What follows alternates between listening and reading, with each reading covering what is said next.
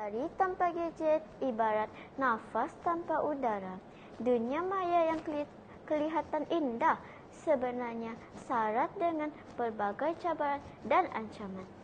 Bayangkan, satu klik, satu tanda suka, satu perkongsian mampu mengubah kehidupan seseorang atau memusnahkannya dalam sekelip mata. Assalamualaikum dan salam sejahtera. Saya Eris Jamilah dari Sekolah Kebangsaan Merpati Jepang, Kuching, Sarawak. Kod sekolah ialah YBA 1201.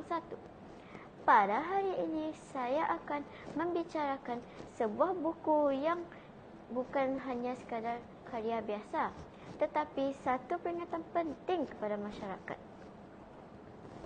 5 Kisah Keji Jenayah Cyber, karya Hazira Hanafi.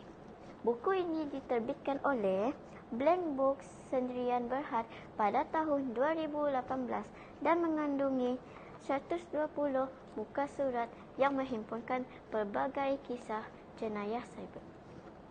Terdapat 5 kisah utama dalam buku ini, iaitu produk timbang, meme viral, perang Facebook, seleweng derma dan review tertipu. Kesemua kisah ini bukan sekadar rekaan, malah mencerminkan realiti yang berlaku dalam kehidupan kita hari ini. Seterusnya, marilah kita melihat dengan lebih dekat salah satu kisah yang membuka mata dan memberi kesedaran kepada saya. Review tertipu. Kisah ini mengisahkan seorang remaja yang terlalu mempercayai maklumat di sosial media. Beliau terpengaruh dengan influencer dan yakin dengan ulasan produk yang nampak meyakinkan. Semuanya nampak sempurna, tetapi hakikatnya semuanya hanyalah lakonan. Beliau membuat pembelian dengan penuh keyakinan, tetapi akhirnya tertipu. Akibatnya beliau juga bukan mendapat kerugian, malah kehilangan kepercayaan. Apakah sebenarnya mesej yang ingin disampaikan oleh penulis? Untuk menjawab persoalan ini, marilah kita hayati kisah ini. Seleweng derma. Ramai orang menderma dengan penuh keikhlasan. Namun begitu, terdapat pihak yang mencari kesempatan. Mereka mengeksploitasi simpati masyarakat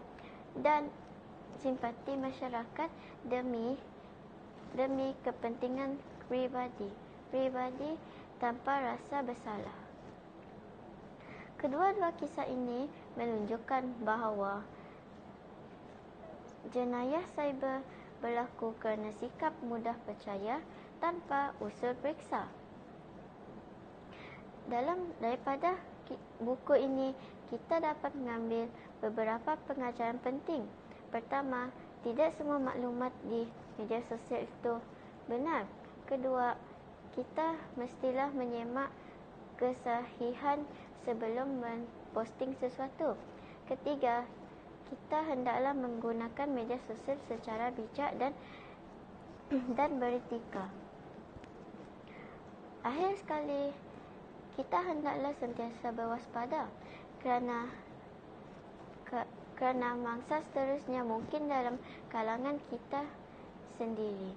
Oleh itu, jadilah pengguna yang bijak supaya tidak menjadi mangsa seterusnya. Sekian, terima kasih.